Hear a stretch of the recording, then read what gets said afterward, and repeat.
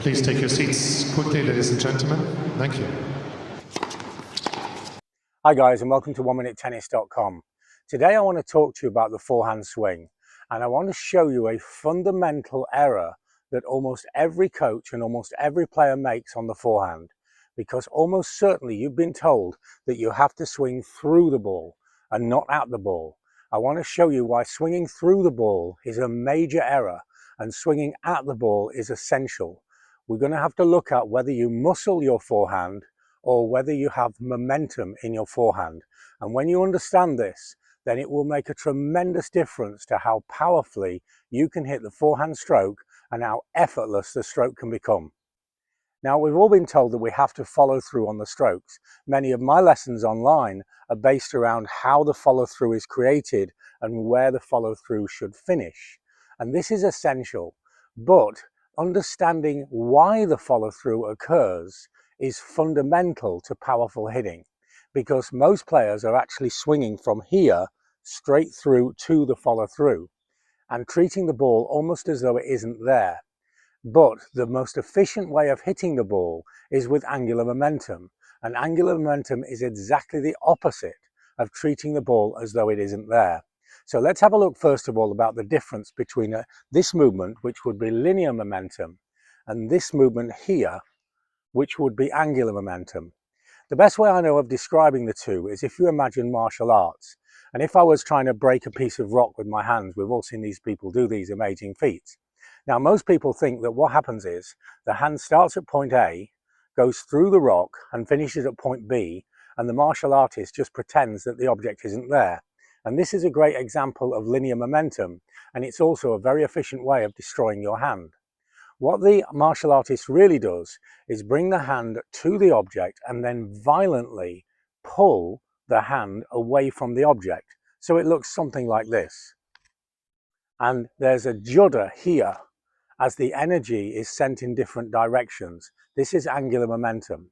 We want to create angular momentum in the forehand, but how to do it? What does it really mean within the stroke? So I'm now going to demonstrate with the angular momentum of the forehand with my hand only. And what I'm going to do is make the movement of the forehand with my hand and then try and stop where I would make contact with the ball. So this would be truly hitting at the ball instead of through the ball. And clearly that is not a great forehand stroke. I've just stopped on contact. But if I add the racket to this movement and still try and stop or slow down at contact with the ball, that's slowing down the hand but relaxing the arm, then what happens is this slows down here, but the racket's momentum continues through the stroke. If I just literally swing the hand from A to B here, then I'm creating a truly linear swing path. But if I swing at the ball, then I'm now creating an angular swing path, and the racket's momentum will continue the movement. And so I'll still have the follow through here. It can look very similar or almost identical, but the swing path of the racket is the same, but the way that I'm achieving it is totally different. A good example of understanding this is if you ever take a rock and try and throw it across water, like a lake or a river, and try and get it to skim. Then if I threw it this way, just following through, then the ball or the rock would go very slowly, and I'm not going to achieve this sort of skimming action. So what would I do? If it was directly in your direction in the camera, then I'm going to stop. And the force will leave my hand, go into the rock, and give the rock a chance of skimming across the water. Now let's look at the stroke in this direction here, where I make the swing without a stop, just with my arm, and then without, and now with. And do you see the judder here as the energy is released? With the stop and without.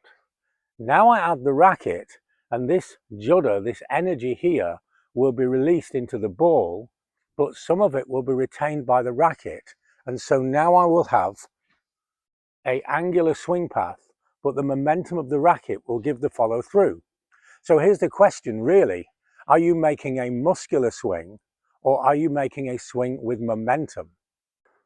This can be really counterintuitive, so a good way of getting the feel of it is to understand the difference between the movement with just the hand and the movement with the hand and the racket. So if I make the movement here with just the hand, and I'm going to stop on where the contact with the ball would be. So I make the swing and I stop. And now I make the swing and I follow through. And I can feel the difference between the two, but one really doesn't feel more powerful than the other, and the stop feels less comfortable. But what about if we add the racket? So I'm now going to simply rest the ball on the racket and reproduce these movements with the stop and the follow through. So I roll the ball, I just rest the ball on the racket and I make the stroke and I stop. And now I rest the ball on the racket and I follow through.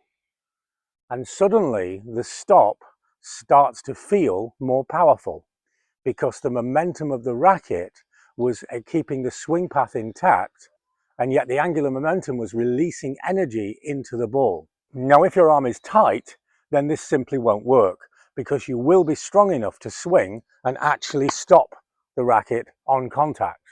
But if I have a loose and relaxed arm and simply ask the hand to hit at the ball and not through the ball, but I keep the loose and relaxed hand, then the follow through occurs because of momentum, not because of me muscling the ball, and the energy is released to the ball in the most efficient manner possible. This will give you way more power and you won't lose control. You'll also be able to get more spin on the ball as the energy released is so much greater and more efficient. So don't swing through the ball, don't muscle the ball, swing at the ball and use momentum to put power into your forehand.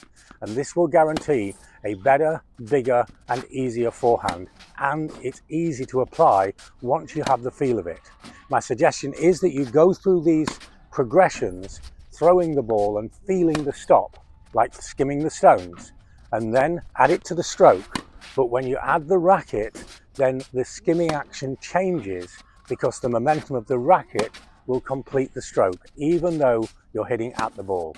If you like this idea, check out our books. We have books on every aspect of the game, and the books explain the science and biomechanics of the strokes and then give very clear illustrations and explanations such as this.